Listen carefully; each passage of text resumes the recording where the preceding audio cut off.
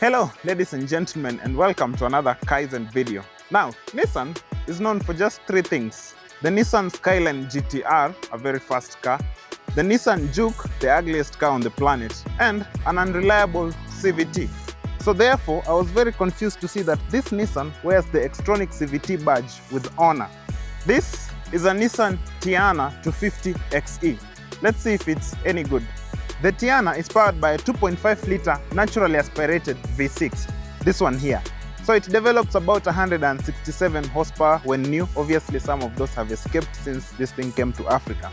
As you can see, it's laterally mounted as opposed to longitudinally mounted as you would expect from a V6. And that's because it sends all that power to the front wheels through an Xtronic CVT, which is on this side of the engine.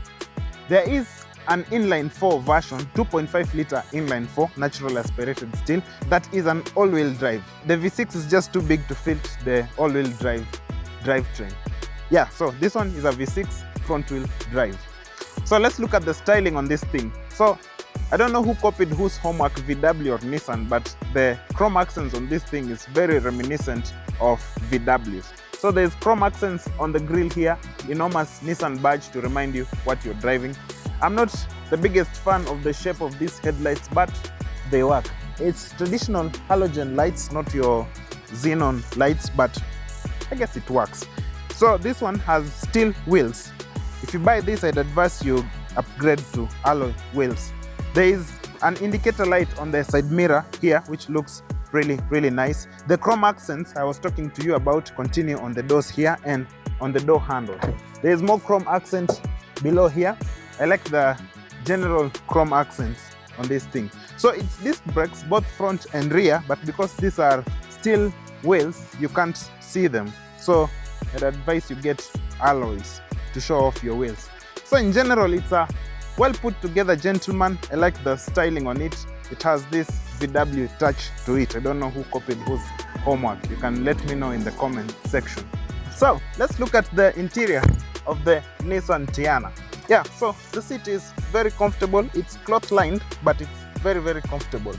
I feel very well supported here. It's manually adjustable, but that's not terrible. The steering wheel is nice and stitched. It has seen better days, but you can always fix this. It's multifunctional, so you get some controls on the left-hand side. Although Nissan assumed you are left-handed because there aren't any controls on this side of the steering wheel. The gauge cluster is analog. You get your rev counter and your speedometer, and then your fuel gauge and engine temperature. The materials lining this interior are soft to the touch, which gives it this premium feel. There is some fake wood here, which gives it this premium look. It's dark, so it looks like mahogany, although it's very obviously fake. You get some practicality here with some storage below there. And then under your armrest, there's also a little storage facility below there. The armrest is nice and soft, feels really nice, makes for a comfortable driving position. Yeah, so this is how you operate your CVT transmission. You get your radio over here, your climate control, and a nice infotainment system over there. Yeah, so there's more stuff here to place your sunglasses or something.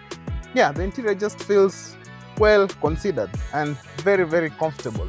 So let's look at the back passenger of the Nissan Teana. Yeah, it's very comfortable. The seats are cloth lined, but very comfortable.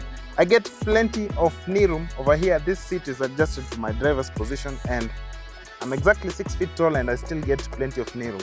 There's storage here for your stuff, somewhere to hang on to while your driver does crazy stuff. The soft touch materials continue behind here. It just feels like a very comfortable position.